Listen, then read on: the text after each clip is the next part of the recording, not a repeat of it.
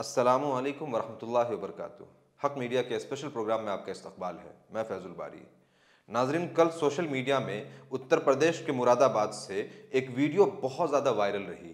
Video थी एक Muslim family की, जिनको उनके खुद के घर के अंदर नमाज पढ़ने के ऊपर एक हंगामा बर्पा होता है।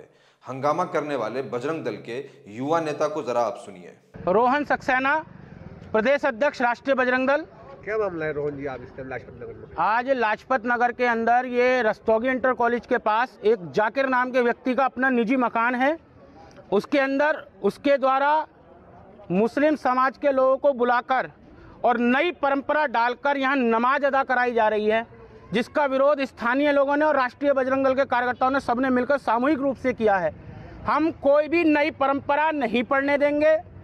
इस शहर के अंदर अशांति फैलाने वालों पर हमने शुरुआत से कही है कि मुकदमा लिखा जाए, और लाजपत नगर में नहीं, पूरे मुरादाबाद में नहीं, पूरे उत्तर प्रदेश में, पूरे देश में नई परंपरा नहीं पढ़ने देंगे। जाकिर हुसैन नाम के एक शख्स अपने खुद के गोडाउन लाजपत नगर में अपने फैमिली और रिलेटिव के साथ तरावी की नमाज पढ़ते हैं। इससे वहाँ के लोकल लोगों को काफ़ी प्रॉब्लम होती है, जिसकी वजह से वो लोग बहुत ज़्यादा हंगामा करते हैं। मौके पर पुलिस पहुँच करके मामले को शांत करा देती है। नमाज पढ़ने वालों को ये ऑर्डर दिया जाता है कि जो जगह एडमिनिस्ट्रेशन की तरफ से फिक्स किया गया है, या तो नमाज वहाँ पढ़ें या इंडिविजुअली अपने अपने घरों में नमाज पढ़ें। ये डिसीजन कितना सही है, कितना कॉन्स्टिट्यूशनल है और कितना इस्लामिकली ये सही है, इसके ऊपर हम लोग आगे डिस्कस करेंगे। मगर पहले नमाज क्या है, इस्लाम में इसकी कितनी इंपॉर्टेंस है, इसको समझिए। इस्लाम एक कॉम्प्रिहेंसिव रिलीजन है जिसके 5 बेसिक पिलर हैं: तौहीद, नमाज, रोज़ा, हज और ज़कात। जिसमें नमाज एक ऐसी इस्लामिक प्रैक्टिस है जिसको 24 घंटे के अंदर 5 मरतबा ऑफर करना पड़ता है, यानी मुसलमानों को पढ़ना पड़ता है, और ये पढ़ना उनके लिए फ़र्ज़ है, चाहे किसी भी हाल में आपको पढ़ना ही पढ़ना है। तरावी की नमाज सुन्नत मुअक्किदा है जो सिर्फ रमज़ान के महीने में पढ़ना होता है। हम यहाँ पास में कुछ ऐसे बड़े इंसिडेंट्स के बारे में बात करेंगे और आप लोगों के सामने लाएंगे जहाँ नमाज पढ़ने की वजह से कंट्रोवर्सी क्रिएट हुई और जो नमाज पढ़ रहे थे उनको जलील और रुस्वा किया गया। सागर यूनिवर्सिटी मध्य प्रदेश में एक मुस्लिम लड़की अपने खाली क्लास के अंदर नमाज पढ़ रही होती है। उसका जम करके विरोध किया जाता है, उसके खिलाफ प्रोटेस्ट किया जाता है, यूनिवर्सिटी अथॉरिटी को उसके खिलाफ कंप्लेन दे दिया जाता है। इतना ही नहीं, इसके खिलाफ हिंदू संगठन के लोग हनुमान चालीसा का पाठ भी पढ़ते हैं।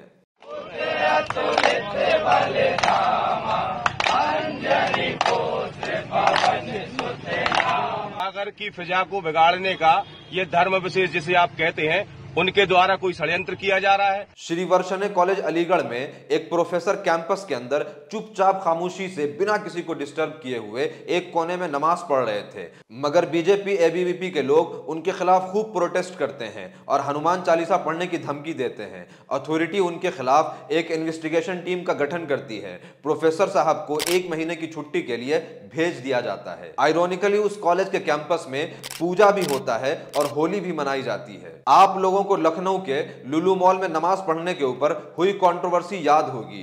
एक मुस्लिम ऑनर है, उसके मॉल के अंदर कुछ लोग नमाज पढ़ते हैं, जिसकी वजह से उनके ऊपर FIR होता है, और यह शायद इतना बड़ा जुर्म था, इतना बड़ा टेरर एक्टिविटी था कि फौरन उनको गिरफ्तार भी कर लिया जाता है। वेस्ट बंगाल से 60 मुसलमानों का एक ग्रुप बस से अजमेर जाता है, जिसके अंदर 33 विमेन और चिल्ड्रन भी थी। रास्ते में उत्तर प्रदेश के शाहजहांपुर डिस्ट्रिक्ट में कहीं पर वो ढाबा पर रुकते हैं, खाना पीना खाते हैं और नमाज पढ़ते हैं। VHP के लीडर और मेंबर्स उनके खिलाफ प्रोटेस्ट करते हैं, और सिर्फ ये कि प्रोटेस्ट ही नहीं करते हैं बल्कि उनके साथ मारपीट करते हैं, उनको घुटनों पर बैठने पर मजबूर करते हैं, कान पकड़ के माफी मांगने के लिए उन्हें मजबूर करते हैं, थाने ले जाकर के उनको बुरी तरीके से ह्यूमिलिएट करते हैं।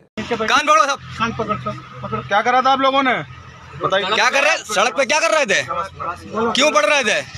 सड़क पे नमाज पढ़नी चाहिए। यूपी में बैन है, नहीं पढ़ सकते आप मस्जिद के अलावा कहीं नमाज। जी माफी है, बिल्कुल दोबारा जी हरकत ना हो पूरी यूपी में कहीं नहीं। पिछले साल अगस्त में मुरादाबाद से ही एक न्यूज आई, जहां गांव के 2 लोकल हिंदू ये कंप्लेन करते हैं कि वाहिद और मुस्तकीम अपने घर के अंदर लोगों को जमा करके नमाज पढ़ रहे हैं। चूंकि यह मामला शायद बहुत गंभीर था, कोई बहुत खतरनाक टेरर एक्टिविटी थी, जिसकी वजह से पुलिस ने फौरन 16 लोगों पर FIR रजिस्टर किया। 26 में करीबन तो मेरा ख्याल यह है कि 8 लोग तो घर पे ही नहीं है जी। जो दिल्ली रह रहे हैं, ये अपने अपने कारोबार बाहर हैं जी। और कुछ लड़के हमारे जो पढ़ने वाले हैं उनके नाम लिखवाए इन्होंने। हाँ। और एक नाम तो ऐसा लिखवाया जिसका कि 1 अगस्त को ऑपरेशन हुआ लड़के का, ऑपरेशन और अस्पताल में रह रहा है। हालांकि बाद में जमात के साथ नमाज न पढ़ने के एडमिनिस्ट्रेशन के ऑर्डर के साथ ये एफआईआर रिवोक हो जाता है। ऐसे ढेरों केसेस मौजूद हैं जहां हॉस्पिटल में नमाज पढ़ने से, यूनिवर्सिटी कैंपस के अंदर नमाज पढ़ने से, रेलवे स्टेशन के ऊपर नमाज पढ़ने से न सिर्फ ये कि उन्हें बहुत ज्यादा ह्यूमिलिएट किया गया, बल्कि उनके ऊपर एफआईआर किया गया और उन्हें जलील किया गया, बाज दफा उनको अरेस्ट भी कर लिया गया। यहां जो सबसे अहम और इंपॉर्टेंट चीज है वो ये समझना है कि ये एफआईआर किस बुनियाद पर रजिस्टर हो रहे हैं।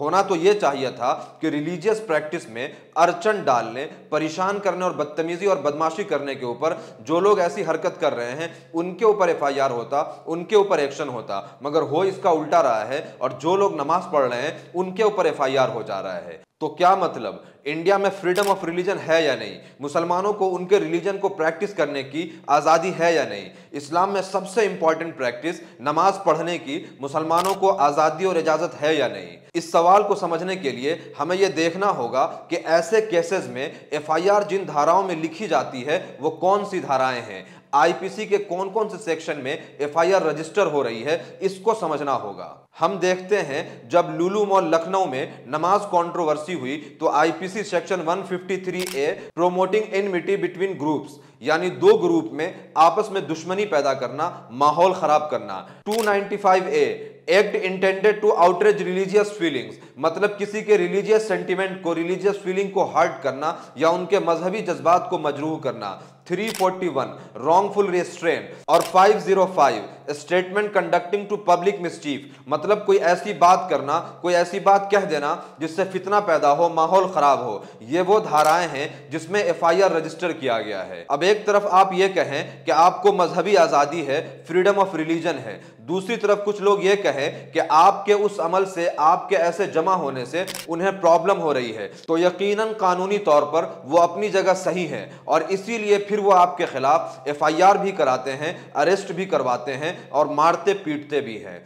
कानूनी तौर पर आपके सांस लेने से भी अगर किसी को प्रॉब्लम होती है तो वो आपके खिलाफ कार्रवाई करवा सकता है, फिर चाहे वो नमाज हो या अजान हो। अब इस पे बहस की जा सकती है कि आपके सांस लेने से या नमाज पढ़ने या अजान देने से उन्हें प्रॉब्लम होती है या नहीं, क्योंकि जब हम सड़कों पर और पब्लिक प्लेसेस में होली मनाते हुए लोगों को देखते हैं, हॉस्पिटल्स में या रेलवे स्टेशन पर पूजा और अर्चना होता हुआ देखते हैं, जब दुर्गा पूजा हम रोड पर होते हुए देखते हैं, जब गणपति पूजा होते हुए रोड के ऊपर हम देखते हैं, तो हम ये महसूस करते हैं कि शायद 10 मिनट के नमाज पढ़ लेने से मेरा नहीं ख्याल कि किसी को प्रॉब्लम हो रही होगी। मगर ये प्रॉब्लम होगी या नहीं, एक्शन होगा या नहीं, इसका फैसला जो पावर में है वो करेंगे, क्योंकि कानूनी तौर पर चीजें ऐसे ही वर्क करती हैं, जिसकी लाठी उसकी भैंस। तो एक तरफ तो ये कि आपको नमाज पढ़ने की, रोजा रखने की, रिलीजन प्रैक्टिस करने की आजादी है, आपका कॉन्स्टिट्यूशनल राइट है।